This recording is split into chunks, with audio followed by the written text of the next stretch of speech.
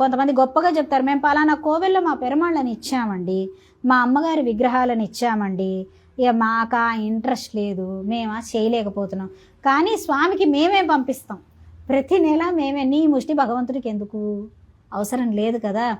కొన్ని మనమే మార్చుకుంటే ఆ దైవ సంపద ఏదైతే ఉంటుందో, పూర్వజన్మ సుకృతం వల్లే భగవానుడు మన ఇంటికి నడుచుకుంటూ వచ్చాడు. నీ తండ్రో నీ తాతో తెచ్చాడని రాలేదు ఇక్కడికి. మనం పిలిస్తే వస్తాటండి ఆయనకు నచ్చితే వస్తాడు. నందుడు పిలిస్తే కృష్ణుడు ఆయన ఇంటికి వెళ్ళాడా? ఆయనంతటా ఆయన అనుకొని నన్ను పలానా వారింట్లో దించు అని చెప్పాడా? కదా. అందుకని ఒకడు పిలిస్తే వాళ్ళ ఇంటికి వెళ్ళడండి, ఆయనకు నచ్చితే వస్తారు కనుక పెరుమాళ్ళు పటాలే కావచ్చు, పెరుమాళ్ళ యొక్క మూర్తులే కావచ్చు, ఆయనంతటా ఆయన నడిచి వచ్చినప్పుడు నేను చెయ్యలేకపోతున్నాను అని అనుకునే కన్నా ఎంతో కొంత చేస్తూ తర్వాత తరానికి నాయన ఇది అని చెప్పి అప్పచెప్తే పాటించే విధంగా వారిని మరల్చుకోవాలి అట.